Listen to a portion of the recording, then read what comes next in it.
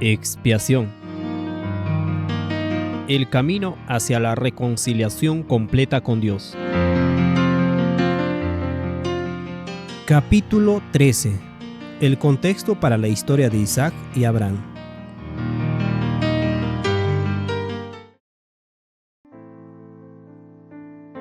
La historia de Abraham e Isaac es fundamental para comprender la expiación. Martín Lutero elogió a Abraham por su fe ciega, al negarse a cuestionar si era correcto o no matar a Isaac. En contraste, Immanuel Kant argumenta que un mandato tan inmoral no podría haber venido de Dios. Pero antes de que podamos entender esta historia, debemos preparar el escenario. Cuando fue introducido el sistema de sacrificio a la raza humana, le brindó la oportunidad de ver la enemistad que existía dentro de ella. Fue un espejo para magnificar el resentimiento latente en los patriarcas y llevarlos a la gracia por medio de la fe. Abel discernió el significado de los sacrificios, confesó su enemistad y encontró la salvación. Lo dice Hebreos 11:4. Por la fe, Abel ofreció a Dios más excelente sacrificio que Caín, por lo cual alcanzó testimonio de que era justo, dando Dios testimonio de sus ofrendas. Y muerto, aún habla por ella. Caín no ignoraba el significado de los sacrificios, pero se negó a aceptar que el cordero inmolado fuera un símbolo de lo que existía en su corazón hacia el Hijo de Dios. Como resultado, decidió traer solo una ofrenda que reflejara el trabajo de sus propias manos. Esto leemos en Génesis 4, 3 y 4. Y aconteció andando el tiempo que Caín trajo el fruto de la tierra una ofrenda a Jehová. Y Abel trajo también de los primogénitos de sus ovejas, de lo más gordo de ellas. Y miró Jehová con agrado a Abel y a su ofrenda. Es digno de notar que la frase andando el tiempo en realidad significa al final de los días o al final del año. Esto se ve en la Biblia de las Américas. Y aconteció que al transcurrir el tiempo, Caín trajo al Señor una ofrenda del fruto de la tierra. Génesis 4, 3. Literalmente diría, al final de días. Nuestro Padre que está en el cielo no deseaba el abundante derramamiento de sangre. Solo una vez al año se debía traer un sacrificio. Sin este doloroso espejo, la aminosidad dentro de Adán y sus hijos permanecerían completamente oculta. Satanás inspiró a los descendientes de Adán a interpretar el sacrificio a través del lente de su falsa justicia. Mediante el arte de la proyección psicológica, los sacrificios llegaron a entenderse como algo que Dios exigía para satisfacer su ira contra nuestra pecaminosidad. La conclusión natural es que, si Dios exige un sacrificio para ser el apaciguado, entonces cuanto más costosa sea la ofrenda del sacrificada, en mayor medida será satisfecha la ira divina. El profeta Miqueas habla de este razonamiento así, en Miqueas 6, versículos 6 y 7. ¿Con qué me presentaré ante Jehová y adoraré al Dios Altísimo? ¿Me presentaré ante él con holocaustos, con becerros de un año? ¿Se agradará Jehová de millares de carneros o de 10,000 arroyos de aceite? ¿Daré mi primogénito por mi rebelión, el fruto de mis entrañas por el pecado de mi alma? Se había vuelto una práctica común entre las naciones paganas ofrecer a sus hijos a los dioses a modo de apaciguamiento. Moisés recibió la instrucción de prohibir estos actos horribles en Levítico 18:21. Y no des hijo tuyo para ofrecerlo por fuego a Moloc. No contamines así el nombre de tu Dios, yo Jehová. Este fue un mandato muy importante porque la gente de la tierra a la que iba a entrar Israel había practicado el sacrificio infantil durante siglos. Dice Salmo 106, 38.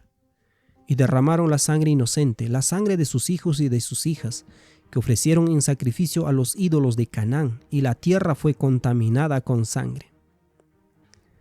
En tiempos de Abraham, la práctica del sacrificio infantil estaba muy extendida. Habiendo salido de la región de Babilonia y específicamente al entrar en la tierra de Canaán, Abraham estaba al tanto de esta práctica. Abraham amaba a Dios y obedeció fielmente el mandato de salir de Babilonia y dejar atrás el bienestar de la conexión familiar. Sin embargo, Abraham y Sara tenían un problema. No pudieron engendrar un heredero. Esta fue una oportunidad para que la duda entrara en la mente de Abraham, la cual Satanás estimuló porque odiaba la fe de Abraham. Al entrar en la tierra de Canaán, Abraham se alió con algunas tribus amorreas como medio de seguridad contra posibles amenazas. Cuando Lot, el sobrino de Abraham, fue llevado cautivo luego de la guerra con Kedorlaomer y sus aliados, Abraham unió fuerzas con sus aliados amorreos para enfrentarse a esta fuerza formidable. Por medio de la providencia, Abraham y sus aliados obtuvieron una gran victoria. Magnánimo en la victoria, Abraham no aceptó quedarse con el botín.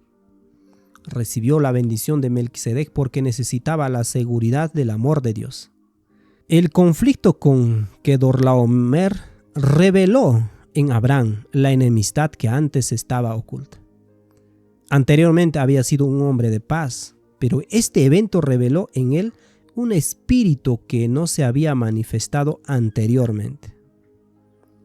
1 Juan 3:15 dice: todo aquel que aborrece a su hermano es homicida, y sabéis que ningún homicida tiene vida eterna permanente en él. Cuando se llevaron al sobrino de Abraham, el espíritu de guerra despertó en su alma. Pero como las chispas se levantaban para volar por el aire, así el hombre nace para la aflicción. Job 5:7. De regreso a casa, después de la batalla, Abraham sin duda fue acosado por pensamientos oscuros. Al recordar los rostros de los hombres agonizantes atravesados por espadas y lanzas, temió el castigo que podría caer sobre él. Todo hombre que quita la vida, como Caín, teme que le quiten la vida. Mateo 26:52 dice: entonces Jesús le dijo: vuelve tu espada a su lugar, porque todos los que tomen a espada perecerán. Jesús le dijo eso a Pedro, explicándole que la violencia ahuyenta al Espíritu de Dios, que es amante de la paz, dejando al hombre confundido y temiendo las repercusiones de sus acciones. Así es como se sintió Abraham. Y Dios buscó asegurarle a Abraham su amor y protección. Esto leemos en Génesis 15:1. Después de estas cosas vino la palabra de Jehová a Abraham en visión, diciendo: no temas, Abraham, yo soy tu escudo, y tu galardón será sobremanera grande. Después de estas cosas, es decir, después del conflicto con Kedorlaomer, Dios le dice a Abraham que no tenga miedo. Yo soy tu escudo, que significa: te protegeré y te daré una recompensa sumamente grande. ¡Qué promesa! Abraham estaba luchando, tratando de creer esto porque había un ministerio de muerte operando en su vida por su incapacidad de tener hijos. Al recordar los sentimientos de enemistad albergados en su alma en los momentos en que clavó su lanza en el pecho de aquellos hombres que había tomado a su sobrino, y al mirarlos a los ojos mientras caían al suelo, temió haber perdido las promesas de Dios. La demora de un hijo sacó a la superficie estos temores. Cuando Dios le recordó que le daría una gran recompensa, la duda dentro de él saltó. Y dijo Abraham en Génesis 15:3. Dijo también Abraham: mira que no me has dado prole, y aquí que será mi heredero un esclavo nacido en mi casa.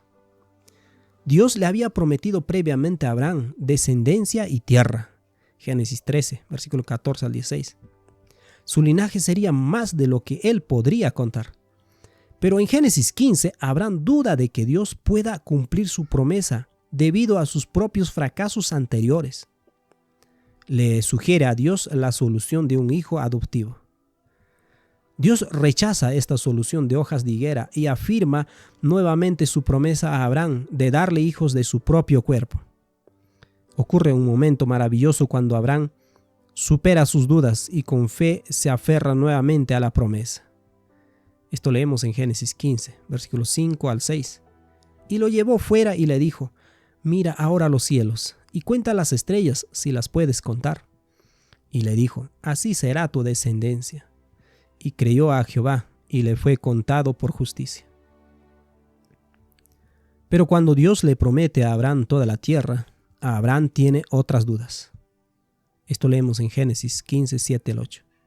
Y le dijo: yo soy Jehová, que te saqué de Ur de los Caldeos, para darte a heredar esta tierra. Y él respondió: Señor Jehová, ¿en qué conoceré que la he de heredar? Abraham, recién salido de los horrores de la batalla, se enfrentó a la idea de que esto significaba iniciar más guerras. Así como anteriormente Abraham había concebido un plan para tener un heredero fuera de las promesas de Dios, ahora pensó en tener que luchar contra todos sus vecinos y las tribus de estas tierras para tomarlas. Esta sería una tarea gigantesca en la carne. En ese momento la fe de Abraham tropieza y duda de cómo podría lograrse esto. ¿Por qué duda Abraham? La enemistad subyacente en él le impide abrazar plenamente la promesa de Dios. Para mostrarle el problema, Dios pronuncia palabras que actúan como un espejo en el alma de Abraham. Esto leemos en Génesis 15, 9. Y le dijo: tráeme una becerra de 3 años y una cabra de 3 años y un carnero de 3 años, una tortola también y un palomino. Dios no le dice a Abraham qué hacer con estos animales, pero a Abraham le resulta familiar porque eran animales que solían usarse para hacer pactos entre los hombres. Para Abraham, cortar los animales por la mitad era su promesa a Dios de ser obediente en todo. Para Dios, la matanza de estos animales representa el odio en el hombre que masacra a su hijo. Dios condesciende a entrar en este pacto con Abraham exactamente de la misma manera que estuvo dispuesto a entrar en un pacto con Israel cuando ellos prometieron, al igual que Abraham, ser obedientes en todo. Este es el ministerio de la muerte. Es la experiencia del antiguo pacto destinada a hacer que el pecado abunde para que pueda ser confesado y libremente perdonado. Sabemos que Abraham estaba en un estado mental del antiguo pacto en esta transacción, porque en el siguiente capítulo Ismael nace como consecuencia del plan de Sara de obtener un hijo a través de su sierva Agar. Pablo, al comentar esta historia, arroja una luz vital. Esto leemos en Gálatas 4, 22 al 26. Porque está escrito que Abraham tuvo 2 hijos, uno de la esclava, el otro de la libre. Pero el de la esclava nació según la carne, mas de la libre por la promesa, lo cual es una alegoría, pues estas mujeres son los 2 pactos. El uno proviene del monte Sinaí, el cual da hijos para esclavitud. Este es Agar, porque Agar es el monte Sinaí en Arabia y corresponde a la Jerusalén actual, pues esta, junto con sus hijos, está en esclavitud. Mas la Jerusalén de arriba, la cual es madre de todos nosotros, es libre. La incapacidad de Sara para tener un hijo era un símbolo de la enemistad que todavía existía en el corazón de Abraham. Dios pudo haber permitido que Abraham tuviera un hijo de inmediato, pero debido a que vio en Abraham un hijo precioso que estaba dispuesto a escucharlo, Dios lo probó y sacó a la superficie la hostilidad oculta, heredada de Adán y prosperada por Abraham. Lo hizo porque quería que Abraham experimentara verdadera paz y descanso, lo cual solo podría suceder si Abraham reconocía y abandonaba esta enemistad. Sara, en su desesperación y vergüenza por no producir un hijo, anima a Abraham a tener un hijo a través de Agar, su sierva. Al escuchar la voz de su esposa, Abraham reveló su falta de fe en la promesa y su deseo de cumplirla él mismo mediante sus propias obras. 13 años después del nacimiento de Ismael, Dios se le aparece a Abraham. Fue en ese momento que Dios cambió el nombre de Abraham a Abraham. Abraham significa padre exaltado, mientras que Abraham significa padre de multitudes. Dios le presenta a Abraham las promesas una vez más, agregando más y más detalles. Incluso mientras Dios habla, Abraham está luchando por creer. ¿Cómo podría Abraham a los 99 años de edad convertirse en un padre de una gran multitud? ¿Cómo poseería toda la tierra? Parecía difícil de creer. Una vez más, Dios hace manifiesta la enemistad dentro de Abraham mediante el mandato de la circuncisión.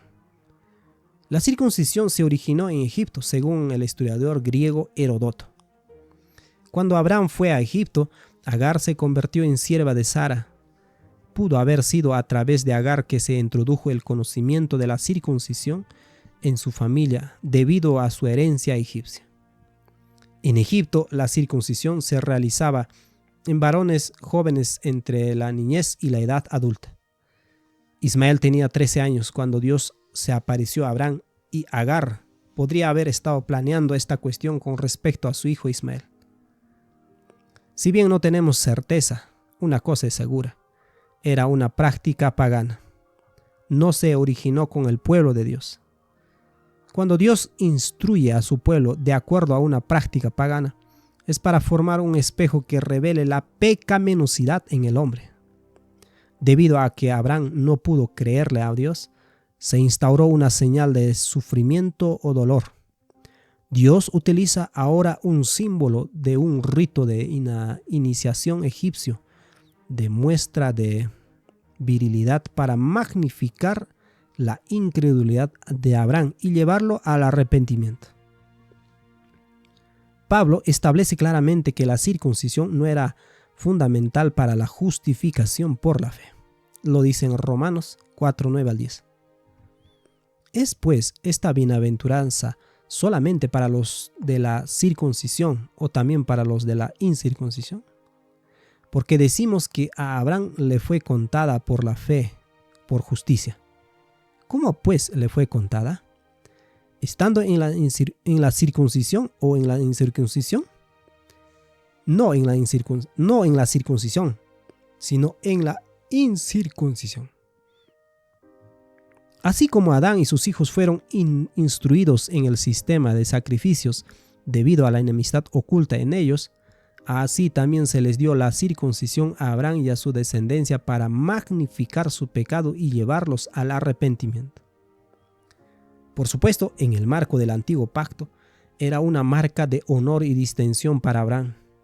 Si la circuncisión fuera un principio eterno, habría permanecido para siempre, pero al igual que el sistema de sacrificios, su uso ya no tenía valor después de que Cristo reveló el carácter del Padre y llevó la enemistad de Adán a la tumba. La circuncisión nada es y la incircuncisión nada es, sino el guardar los mandamientos de Dios. 1 Corintios 7:19. La evidencia de que Abraham todavía carecía de fe cuando Dios le había prometido todo se encuentra más adelante en la historia. Esto leemos en Génesis 17:15 al 18. Dijo también Dios a Abraham: a Sarai tu mujer no la llamarás Sarai, mas Sara será su nombre. Y la bendeciré, y también te daré de ella hijo. Sí, la bendeciré, y vendrá a ser madre de naciones. Reyes de pueblos vendrán de ella. Entonces Abraham se postró sobre su rostro y se rió, y dijo en su corazón: ¿a hombre de 100 años ha de nacer hijo? ¿Y Sara de 90 años ha de concebir? Y dijo Abraham a Dios: ojalá Ismael viva delante de ti. Abraham se rió de Dios en su corazón. Esto es incredulidad. Esto le causó dolor a Dios. ¿Te gusta que se rían de ti cuando prometes algo increíble al que amas? Y peor, que te propongan otra cosa en su lugar. Dios condesciende bondadosamente a aceptar la circuncisión como un sello de la fe que Abraham había expresado anteriormente al creer que Dios le daría un heredero. Romanos 4:11 dice: y recibió la circuncisión como señal, como sello de la justicia de la fe que tuvo estando aún incircunciso, para que fuese padre de todos los creyentes no circuncidados, a fin de que también a ellos la fe les sea contada por justicia. Cuando llegó el momento para que naciera Isaac, Dios le entrega este mensaje a Abraham. Sara, que escucha en la tienda, sigue la incredulidad de su marido y se ríe ante la idea de tener hijos después de la menopausia. A ojos terrenales, esto era imposible. Génesis 18, 9 al 15 dice: Y le dijeron: ¿Dónde está Sara tu mujer? Y él respondió: Aquí en la tienda. Entonces dijo: De cierto volveré a ti, y según el tiempo que de la vida, he aquí que Sara tu mujer tendrá un hijo. Y Sara escuchaba a la puerta de la tienda que estaba detrás de él. Y Abraham y Sara eran viejos de edad avanzada, y a Sara le había cesado ya la costumbre de las mujeres. Se rió, pues, Sara entre sí, diciendo: Después que he envejecido, ¿tendré deleite siendo también mi señor ya viejo? Entonces Jehová dijo a Abraham: ¿Por qué se ha reído Sara diciendo: ¿será cierto que he de dar a luz siendo ya vieja? ¿Hay para Dios alguna cosa difícil? Al tiempo señalado volveré a ti, y según el tiempo de la vida, Sara tendrá un hijo. Entonces Sara negó diciendo: No me reí, porque tuvo miedo. Y él dijo: No es así, sino que te has reído. A pesar de la lucha por creer, Dios bondadosamente les dio un hijo a Abraham y Sara. Abraham había demostrado fe en Génesis 15 con respecto a la promesa, y a pesar de su tropiezo, donde el pecado abundó, la gracia de Dios aún abundó mucho más. La alegría abrumadora en el hogar de Abraham no duró mucho, porque Agar no apreciaba que su hijo fuera puesto en la sombra en comparación con Isaac. La rivalidad previamente manifestada antes del nacimiento de Isaac volvió a surgir a través de la persecución de Isaac por parte de Ismael. Sara presionó su caso ante Abraham. Esto leemos en Génesis 21, 9 al 10. Y vio Sara que el hijo de Agar la egipcia, el cual ésta le había dado a luz a Abraham, se burlaba de su hijo Isaac. Por tanto, dijo a Abraham: Echa a esta sierva y a su hijo, porque el hijo de esta sierva no ha de heredar con Isaac mi hijo. Dios le dice a Abraham que escuche a su esposa. Incluso en esta indicación el pecado de Abraham se magnifica, porque Abraham había escuchado a su esposa la primera vez al crear este problema. Así que ahora, al escucharla nuevamente, el dolor de sus acciones se magnifica y el recuerdo de sus fracasos pasados se vuelven más evidentes. Cuán triste habrá sido para Abraham tener que separarse de su hijo Ismael. Fue extremadamente doloroso para él, mucho más doloroso que cortarle el prepucio durante la circuncisión. Vemos en Abraham la obra del antiguo pacto. Es un creciente ministerio de muerte cuyo objetivo es traerle gracia sobreabundante. A través de estas experiencias humillantes, la confianza de Abraham en sí mismo disminuyó y su fe se fortaleció. Dios discernió que en Abraham la traición oculta de Adán podría manifestarse para que él, así como el resto de la humanidad, pudiera ver la enemistad del hombre contra Dios y su Hijo. Un evento que abunda en pecado para que la asombrosa gracia de Dios abunde mucho más.